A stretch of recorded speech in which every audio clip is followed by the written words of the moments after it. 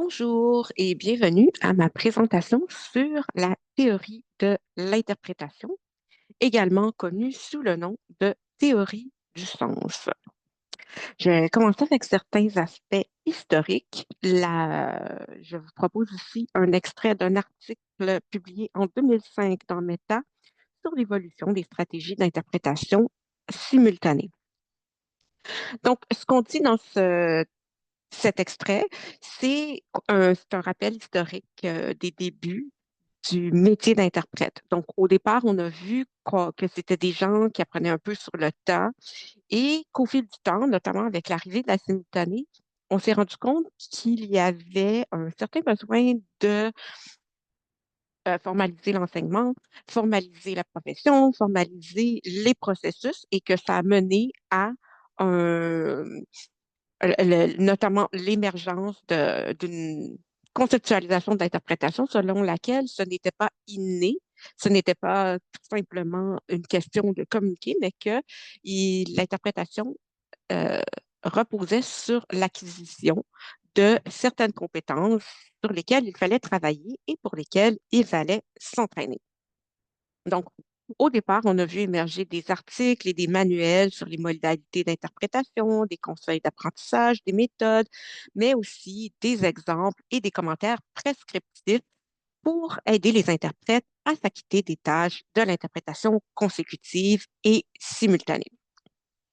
Donc, une caractéristique qui ressortait de tous ces nouveaux contenus, c'était que l'interprétation, c'était plus qu'un transfert interlinguistique et que surtout, elle reposait sur une compréhension du sens qui était encore, qui devait absolument, comme une condition sine qua non, venir avant toute réexpression en langue cible. Donc, on a commencé à bien comprendre que pour interpréter de façon simultanée et consécutive, il fallait bien comprendre le sujet dont il était question et l'intégration également du sujet dans le contexte de communication. Et toutes ces réflexions ont été cristallisées lorsque Danica Seleskovic a formulé sa théorie du sens, qui est également connue sous le nom de théorie interprétative, et également c'est associé à l'École de Paris. La première phrase du troisième paragraphe, je ne sais pas comment elle se prononce, mais c'est dans le latin. Ça veut dire rem tene, verba sequentur, qui veut dire que euh, quand on s'attarde au sens, le message se transmet de lui-même. Donc ça, c'est la devise des interprètes. C'est une devise que l'on attribue à Caton l'Ancien et qui doit un peu régir toutes les interventions des interprètes et qui doit orienter, c'est notre motto, en fait, comme interprète. On s'attarde au sens, c'est notre préoccupation principale pour être capable de transmettre un message. Donc, c'est à Danica Seleskovic qu'on attribue la formulation de la théorie du sens. Donc, qui était-elle, cette dame? Elle avait été interprète de conférence, elle faisait partie de ces premiers contingents d'interprètes qui ont appris de façon intuitive, sur le tas. Elle a fait des conférences, notamment à l'occasion de la réorganisation de l'Europe et du monde en général après la Deuxième Guerre mondiale. Donc, euh, elle, elle dit que souvent, elle essayait de comprendre et les gens lui disaient, mais essayez pas de comprendre, traduisez. Mais elle, pourtant, savait qu'elle ne pouvait pas traduire sans comprendre. Et c'est vrai que euh, souvent, on leur pose des questions à des clients, à des gens qui utilisent nos services et ils disent, mais tu as juste à traduire. Non, on ne peut pas traduire sans comprendre. Et c'est un peu ça qui qui a inspiré le travail qui l'a mené à formuler la théorie du sens. Le texte qui s'affiche actuellement est un extrait direct d'un texte qui a été rédigé par Marianne Lederer, qui est qui a été un peu une protégée, qui a travaillé avec Danica Seleskovic. Mais elles ont toutes les deux travaillé ensemble, mais c'est vraiment Madame Seleskovic qui est considérée comme la mère de la théorie du sens. Donc, c'est Mme Seleskovitch et plus tard Mme Lederer qui ont vraiment mis les bases de de cette théorie et également de un peu cette école pédagogique d'interprétation. Donc, ce qu'on dit ici, c'est qu'on lui a donné le nom de déverbalisation en 1976, mais qu'on commençait déjà à parler dans des termes très analogues dès le premier ouvrage en 1960. Donc, quelle était-elle, cette idée de Seleskovitch? C'était que toute opération de traduction, soit-elle orale ou écrite, va plus loin que le simple transfert d'un message entre deux systèmes de langue. Pour les traducteurs, mais surtout pour les interprètes, si on veut bien traduire ou interpréter, il faut exploiter sa mémoire, ses connaissances préalables et ses aptitudes cognitives au-delà du simple rappel des équivalences linguistiques entre une langue de départ et une langue d'arrivée. Autrement dit, une bonne interprétation repose avant tout sur la réexpression d'un message, c'est-à-dire du sens, à partir des propres connaissances expérientielles, c'est-à-dire du bagage cognitif de l'interprète ou du traducteur. Donc, que l'on soit interprète ou traducteur, on arrive dans cet acte de langage et de communication avec sa propre expérience, son propre bagage, et on devrait pouvoir utiliser ces compétences dans notre travail. Donc, autrement dit, on ne traduit pas un énoncé à la fois, on traduit un message. Ce qu'on fait, c'est que l'on rend dans une autre langue un message ou une intention de l'orateur. Donc, cette intention, on peut également l'allier au concept de trace cognitive, c'est-à-dire l'impression que l'orateur a cherché à donner dans sa langue. Notre rôle de traducteur ou d'interprète, c'est de rendre exactement la même trace ou la même intention ou la même impression dans notre langue. On observe également, j'observe ici, là, je l'ai dit ailleurs, que la traduction raisonnée de Jean Delisle a émergé un peu en parallèle avec les idées de Seleskovitch. Donc, je le dis souvent, ce sont des théories sœurs ou cousines. Donc, si on est traducteur et qu'on apprend avec la traduction raisonnée, ben, on est régi par les mêmes principes et on doit être inspiré par les mêmes principes que ceux énoncés par Seleskovitch. Donc, auparavant, ça, c'est tout simplement encore des petites notes biographiques, oui. Donc, elle est devenue interprète par obligation et elle s'intéressait beaucoup aux mécanismes du langage et de la communication. Mais je pense que c'est important de préciser que Danica Seleskovitch n'a pas vraiment d'appartenance elle ne s'inscrit pas dans un processus de transmission théorique. Donc, elle arrive avec ses idées, mais elle n'intègre pas ses idées comme un prolongement à celles d'autres théoriciens. Et moi, c'est un problème que j'ai. Je vous ferai part de mes critiques à l'égard de cette théorie plus tard. Je ne suis pas la seule à avoir des réserves vis-à-vis de cette théorie. Mais pour moi, qui suis linguiste, euh, la, on ne devrait pas parler de la théorie du sens comme une théorie. C'est une conceptualisation, c'est une façon de penser l'interprétation, mais ce n'est pas une théorie, justement parce que c'est ancré dans rien, dans le fond. Il y a pas de, il y a pas il y a pas de théorie parent, et il n'y a pas non plus de théorie enfant. Donc, c'est seul. Donc, le modèle triangulaire, on va le voir plus tard, c'est la façon pour Danica Seleskovitch de conceptualiser l'interprétation. Donc, à partir de 1956, elle s'inscrit dans cette mouvance de former des nouveaux interprètes parce qu'on a commencé à se rendre compte que ce qu'on demande aux interprètes, ça s'apprend pas nécessairement naturellement. Ça prend des protocoles pédagogiques pour l'apprendre. Et ça prend également des mots, un métalangage, une façon de représenter ce que l'on fait dans notre tête. Donc, on peut pas vraiment le montrer, on le perçoit pas avec nos sens, avec notre toucher, notre vue. Ce qu'on fait, ça se passe dans notre tête. Donc, elle arrive, Danica Seleskovitch, à un modèle qui nous permet de comprendre l'interprétation.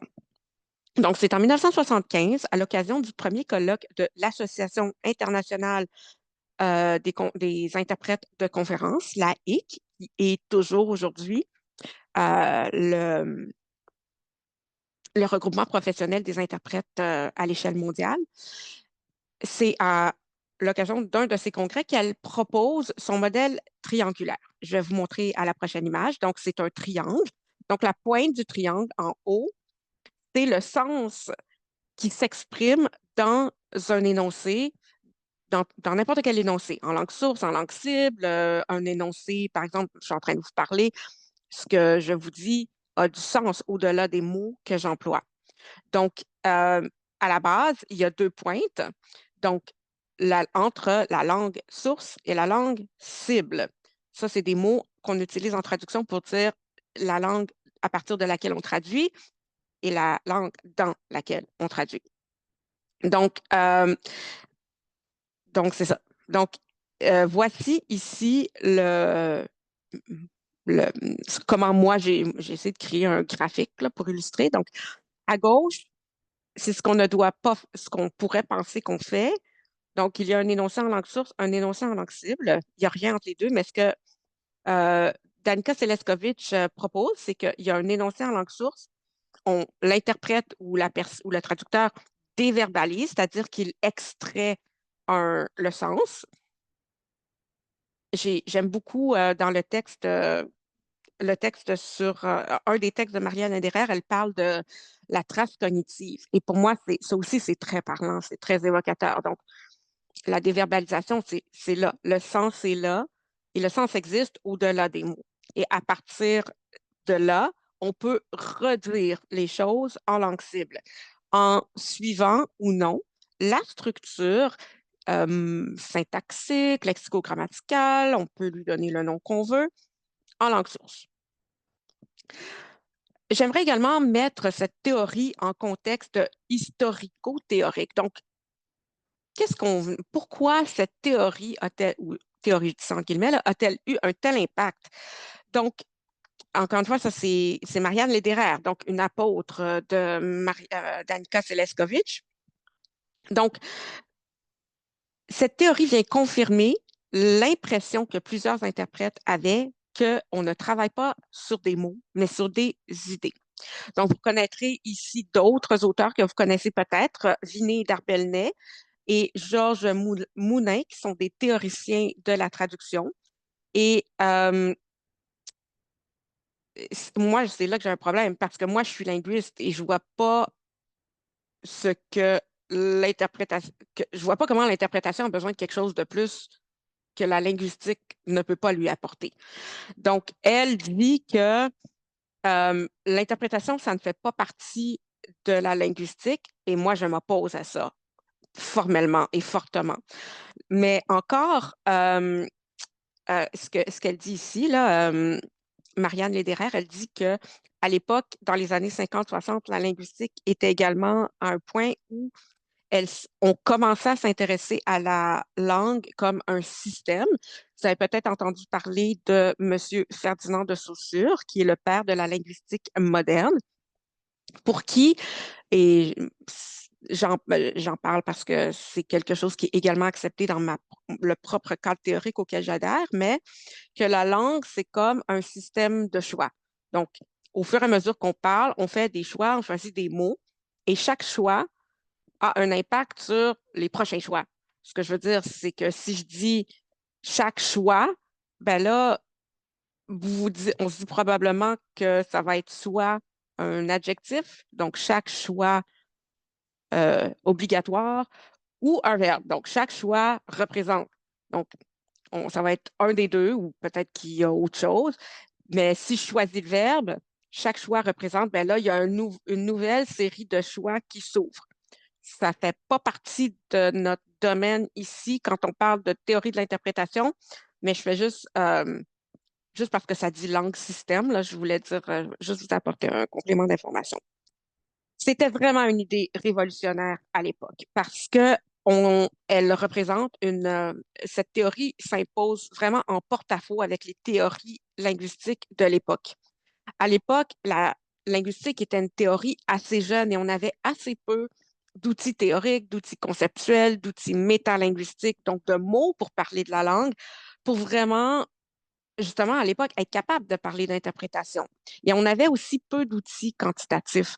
Aujourd'hui, on a plein d'outils quantitatifs pour étudier. On a des corpus, on peut étudier les figements, on peut étudier les traits linguistiques des variétés linguistiques parce qu'on a des outils pour le faire. Mais à l'époque, c'était très difficile de,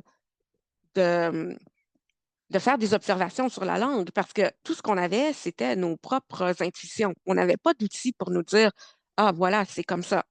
Et à l'époque, c'est ce que je viens de dire, là, on s'intéresse à la langue système. Et la langue système, c'est dans le fond toutes les possibilités qui sont offertes dans le système de langue. Et on s'intéresse assez peu aux réelles instances de langue. Donc, euh, dans en linguistique systémique fonctionnelle, qui est monde cadre théorique, on peut étudier la langue comme un système de choix avec euh, un nombre infini de possibilités, ça c'est la langue système, ou on peut étudier comment les choix sont limités par la situation, par le contexte, et on peut observer ces limitations des choix en regardant des instances de langue, c'est-à-dire en étudiant un texte ou un groupe de textes qui partagent certaines caractéristiques ou donc on peut aller de plus en plus spécifique ou de plus en plus général. Mais on ne va pas là. Si vous avez des questions, écrivez-moi, puis je pourrais en parler toute la journée de ça. Donc, euh, Daniel Gilles, qui est un autre interprète et théoricien de l'interprétation, qui a plus tard proposé ses propres théories, nommément celle des modèles d'effort. On l'appelle également sa théorie la théorie de l'équilibre des efforts. On en parlera plus tard. Et qui a également enseigné à l'École de Paris, à l'ESIT, avec Madame Seleskovitch et Madame Lederer. Donc, ce qu'il explique, c'est que vers les années 60, 70, 80, les professeurs d'interprétation qui travaillent dans les universités, ils sont exposés à la recherche et eux veulent aussi avoir des travaux doctoraux, des travaux scientifiques sur leur domaine de spécialisation. Donc, c'est Madame Ingrid Course qui a été la première à faire une thèse en interprétation en 1969. Et depuis, il y en a beaucoup. On dit qu'au départ, c'est venu de l'ESIT à Paris. Je trouve ça intéressant que M. Gilles parle du leadership charismatique de Danica Seleskovitch parce que des fois, on a tellement l'impression que les gens adorent cette femme-là qu'ils lui donnent beaucoup de crédit en raison de sa personnalité et pas nécessairement en raison de la valeur de ses idées. Mais qu'il y avait aussi des travaux en Europe de l'Est. Souvent, les recherches étaient très introspectives, c'est-à-dire, et ça, moi, je vois, j'ai pas de problème avec ça. On faisait des recherches sur ses impressions à soi et sur également, c'était des études prescriptives aussi. On devrait faire ça et pas ça. Donc, et Monsieur Gilles, là, je pense que ce que lui a voulu faire pour donner du poids aux théories d'interprétation, c'est de se tourner non pas vers la linguistique, parce que je pense qu'il y a toujours une espèce des, des préjugés négatifs des interprètes à l'égard de la linguistique. Il a dit, bon, pour donner du poids à nos théories, il faut aller vers la psycholinguistique. Donc, c'est ça. Donc, je ne sais pas pourquoi qui a mis interpretive approach en majuscule. C'est peut-être moi, je ne sais pas. Donc, c'est ça. C'est ce qu'on on a.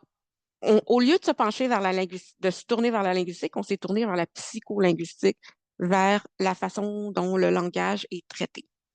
Donc, le modèle commence à s'imposer, il prend de la vitesse. publie la pédagogie raisonnée de l'interprétation avec Madame Seleskovitch et Lederer en 1989, qui avait été commandée par la Commission européenne pour avoir un cadre pédagogique et d'enseignement de l'interprétation officielle. Et cette pédagogie-là a mené à la création du Master européen d'interprétation de conférences. Donc, c'est un diplôme qui existe encore aujourd'hui.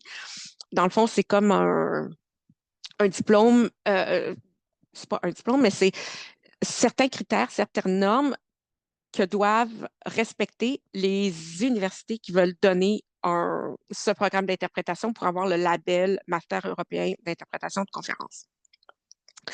Parce que, bon, justement, on était à une époque où il y avait des négociations dans les années 90 d'intégration de divers pays à l'Union européenne. Donc, il y avait vraiment un besoin important d'interprètes qui étaient bien formés dans les langues officielles des futurs États membres. Donc, on a confié à l'ESIT, qui est à Paris, qui existe toujours et qui est dans les locaux, dans les anciens locaux où ont eu lieu les procès Nuremberg.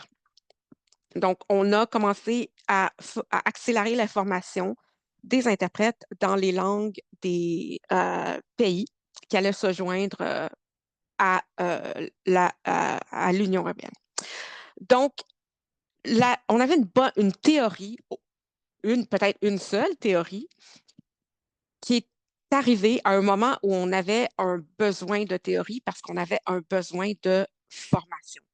On avait, à l'époque où Seleskovitch présente sa théorie, on a un besoin urgent en Europe de former des interprètes à un rythme effréné.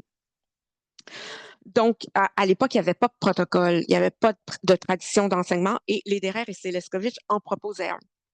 Donc, on va maintenant rentrer un peu plus loin dans les piliers de la théorie du sens. Donc, j'ai dit qu'elle porte différents noms, cette théorie.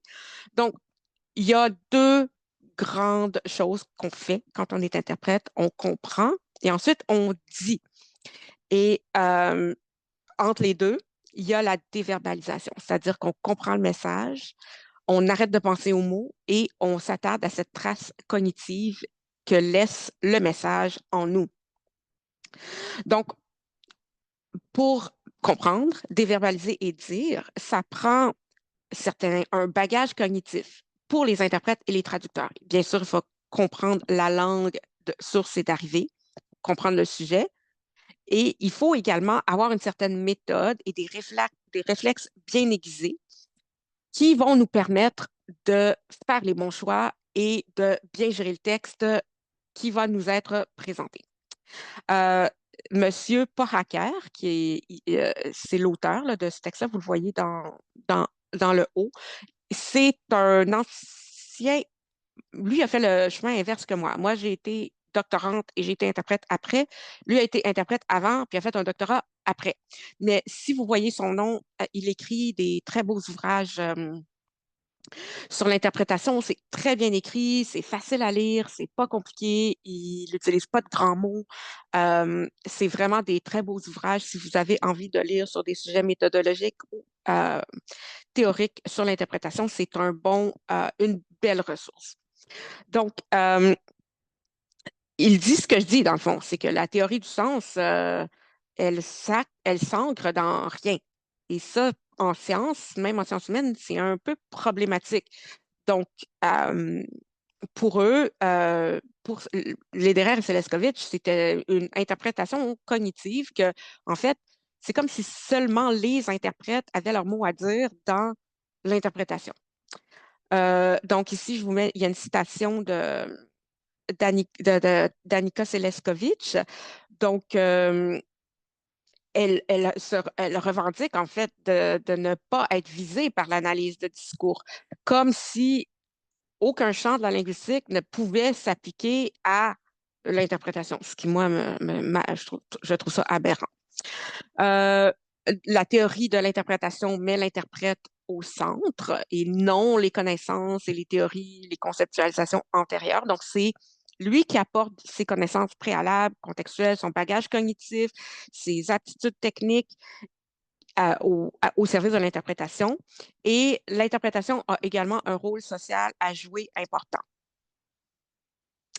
Ça, c'est ce que je vous mets ici à l'écran, c'est l'entrée du, dic- de- du, d'un volume, d'un ouvrage en plusieurs volumes de Verdier sur l'histoire des traductions et des théories de la traduction au 20e siècle. Donc, ce que Verdier dit, c'est que et elle n'est pas, je ne dis pas qu'elle est sans mérite, cette théorie. Je pense qu'elle est importante et très utile, mais je pense simplement qu'il faut la mettre en contexte. Et puis, il faut être capable de l'aborder de façon critique.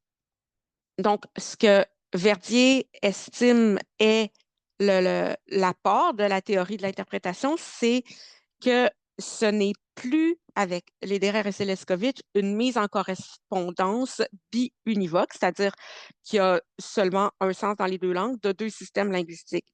Ce que Seleskovitch et Lederer font, c'est faire intervenir une étape intermédiaire qui est le détachement du sens de leur forme linguistique. Autrement dit, que le sens n'est pas lié au mot, mais qu'il existerait, semble-t-il, selon Mesdames Lederer et Seleskovitch, une pensée non verbale et que le processus d'interprétation et de traduction n'est pas un simple processus de lien entre deux langues.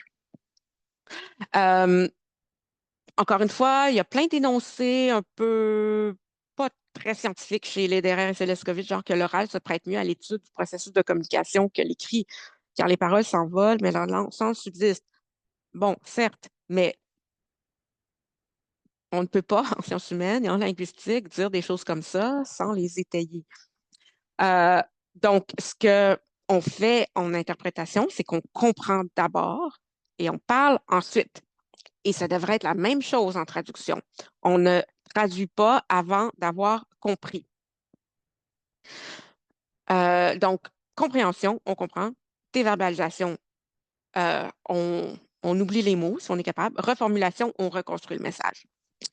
Donc, pour bien faire notre travail, il faut comprendre le sens à transmettre.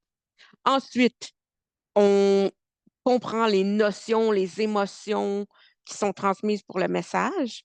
C'est comme si on enlève la coquille étant la langue, du sens, et ensuite on reformule. Euh, Compréhension, encore une fois, c'est quoi? C'est prendre conscience de ce qu'un orateur ou un auteur a dit dans un passage. Qu'est-ce que la déverbalisation? C'est qu'on comprend, on retient, ne serait-ce que pour quelques millièmes de secondes. Ensuite, on rattache ce qu'on a compris à nos connaissances préalables. Et ensuite, on redit, mais tout ça, c'est de la spéculation quasiment, là. Je ne sais pas si ça se passe vraiment comme ça dans notre cerveau. Donc, le sens se détache des mots et ça reste dans notre mémoire. Tout ça, c'est la théorie du sens. C'est pas moi qui le dis. Je ne suis pas d'accord avec tout. Donc, on dit aussi que la forme verbale disparaît dans notre mémoire parce que supposément on a oublié la langue et que là, il ne reste que le sens dans les ressources cognitives. Donc, déverbaliser, c'est créer.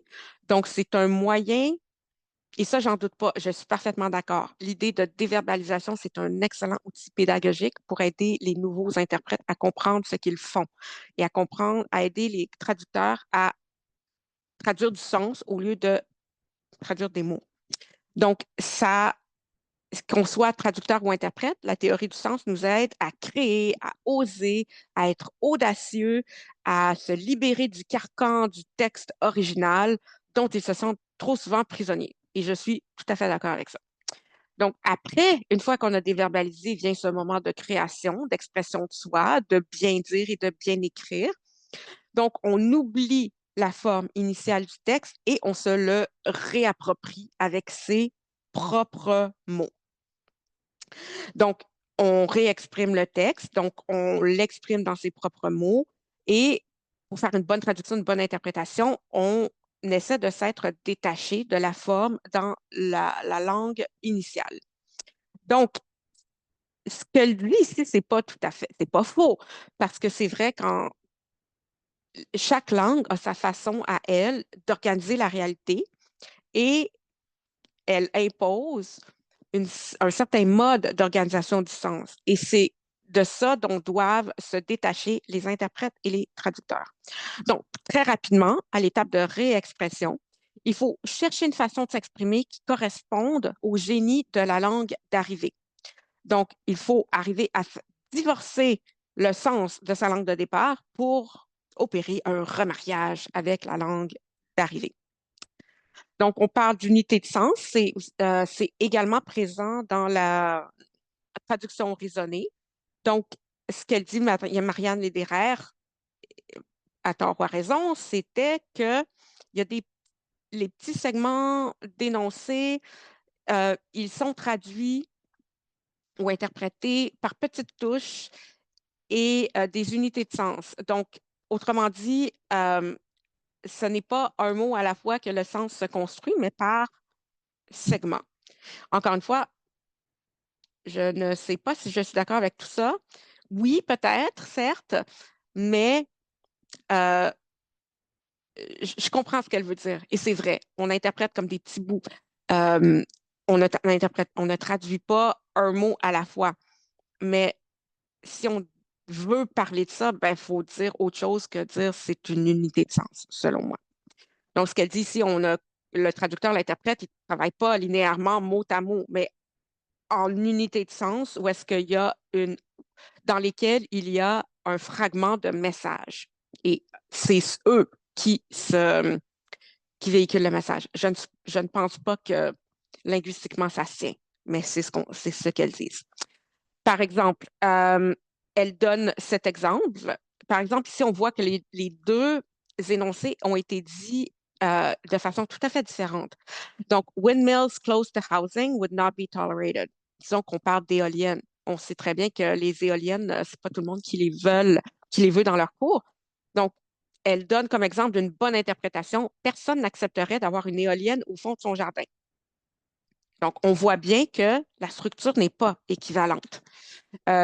J'ai trouvé cette photo à Ottawa qui, pour moi, représentait bien aussi la déverbalisation. Donc, en anglais, c'est stairs not winter maintained. Donc, on voit que winter maintained, c'est comme un adjectif, un modificateur. Donc, au lieu de dire les escaliers, donc on voit que les deux structures ne sont pas déneigées l'hiver. Donc, on a deux structures complètement différentes. Et dans les deux cas, on a stairs, les escaliers, qui est le sujet du verbe, mais en anglais, c'est comme en tout cas, il n'y a pas cette, en tout cas, j'arrive pas très bien à m'exprimer, on voit que c'est pas tout à fait pareil. En même temps, un autre exemple qui est donné par Lederer et Seleskovich, c'est slippery when wet, chaussée glissante. Donc, encore une fois, c'est pas exactement la même chose, mais ça veut dire la même chose. Ici, il y a un autre exemple. Donc, on voit bien que je pense que la traduction en français, c'était juste pour le dernier bout, là. Donc, skidding tires will not steer. Ça veut dire que les pneus sont bloquent et will not steer, ça veut dire qu'on n'est pas capable de steer, c'est conduire la voiture avec le volant. Donc, une voiture dont les roues se bloquent devient incontrôlable. Donc, ce que je viens de montrer, c'est vraiment de la bonne interprétation. Ça, c'est ce qu'on veut que les interprètes soient capables de faire. Je donnais un cours la semaine dernière et puis il y avait une étudiante qui est interprète pigiste, puis j'expliquais ça, là, comment on dit les choses différemment, puis elle me regarde, puis elle me dit, mais c'est difficile. Et je dis, ben oui, c'est ça qui fait la différence entre un interprète formé et des interprètes qui se lancent sur le marché de la pige sans expérience. C'est pas difficile de redire les choses dans mot à mot pendant qu'on les entend. C'est pas ça qui est difficile. Ce qui est difficile, c'est d'écouter, de faire un tri de l'information et de redire les choses dans ces mots de façon simple, claire et synthétisée. Mais est-ce qu'on est capable de tout verbaliser? Donc, bon, moi, ça non plus, je ne suis pas tout à fait d'accord, mais Georges Moulin dit qu'il y a des choses qu'on ne déverbalise pas, bien sûr.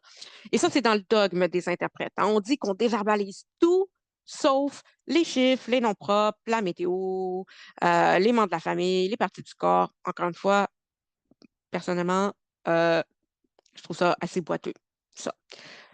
Bien sûr, il y a eu des critiques, je vous l'ai dit, de cette théorie. Donc, on a dit que Lederer répond à ces critiques et elle ne répond pas vraiment à ces critiques. Dans leur texte, Lederer et Seleskovitch disent, ah, oui, nous avons des critiques, mais nous avons plein de preuves à l'effet de ce que pour dire que ce qu'on avance est vrai. Oui, mais où sont-elles, ces preuves? Euh, elles n'en ont pas. Euh, moi, je pense que c'est vrai, là, c'est des inductions tirées de la pratique et elles n'ont pas démontré leur thèse scientifiquement, c'est-à-dire empiriquement. Euh, donc, voilà, donc on voit que c'est pas vraiment réfuté de façon très robuste. Il y a eu également Paternotte qui s'intéresse également à la sociologie de l'interprétation et qui nous présente une autre critique. C'est pas prouvé là, qu'il y a une phase de déverbalisation quand quand on utilise la langue. La déverbalisation, c'est une façon très utile de se représenter l'interprétation. Mais est-ce que c'est un fait scientifique? Non. Donc, je vous laisse faire ce que vous voulez avec cette critique. Donc, ça, c'était une question. Vous pouvez répondre si vous voulez. Et ça, c'était une image que j'avais présentée à des étudiantes à un autre cours de théorie où je disais que, dans le fond, la déverbalisation, je, je- euh, bon, j'essaie de ramasser mes pensées, mais ce que Lederer et Leskovitch proposent comme opposition à la déverbalisation, c'est le transcodage. Transcodage, ça veut dire on traduit mot à mot. Et selon elle, euh, l'interprétation, c'est de la déverbalisation et elles ont utilisé la métaphore du pain au raisin. Donc, que le pain, c'est la déverbalisation avec des petites touches de transcodage. Mais moi, je pense que c'est le contraire. La plupart du temps, on suit le texte. En tout cas, moi, je suis le texte. Et parfois, on déverbalise. C'est peut-être pas la bonne image, mais on- ce sont deux façons de voir les choses et de faire les choses.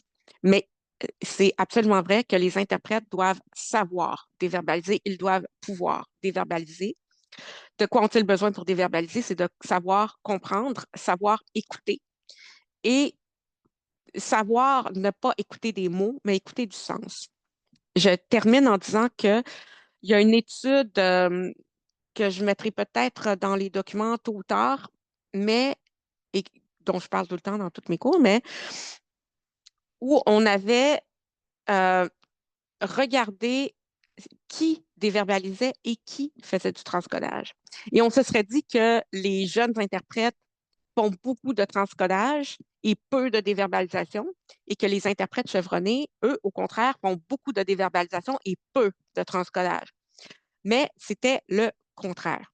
L'échantillon était peut-être trop petit, mais qui fait, les interprètes chevronnés faisaient du transcodage probablement parce que c'était la fa- c'est la façon la plus facile de procéder. Et peut-être que les jeunes interprètes, ils se disent, ah, il faut absolument que je déverbalise. Mais il faut savoir quand déverbaliser et il faut savoir quand transcoder. C'est peut-être ça. euh, on met beaucoup l'accent sur la déverbalisation quand on se forme en interprétation, mais en simultané, surtout, on fait beaucoup de transcodage. En consécutif, c'est différent. Parfois, moi, j'ai une excellente mémoire. Parfois, j'étais capable de dire des choses mot à mot en consécutive, mais en consécutive, il ne faut pas essayer de se souvenir de la formulation initiale. Mais si on s'en souvient, pourquoi pas? Je sais qu'il y a des gens que j'ai entendus, des étudiants qui arrivent à se souvenir des détails, de la structure, puis ça marche bien, mais c'est pas ça qu'il faut viser. Mais je suis certaine qu'on va avoir l'occasion de s'en reparler. Je vous remercie d'avoir écouté ma présentation. On se croise les doigts qu'elle est bien enregistrée Et puis, j'ai très hâte de vous écouter, de vous lire et de vous voir.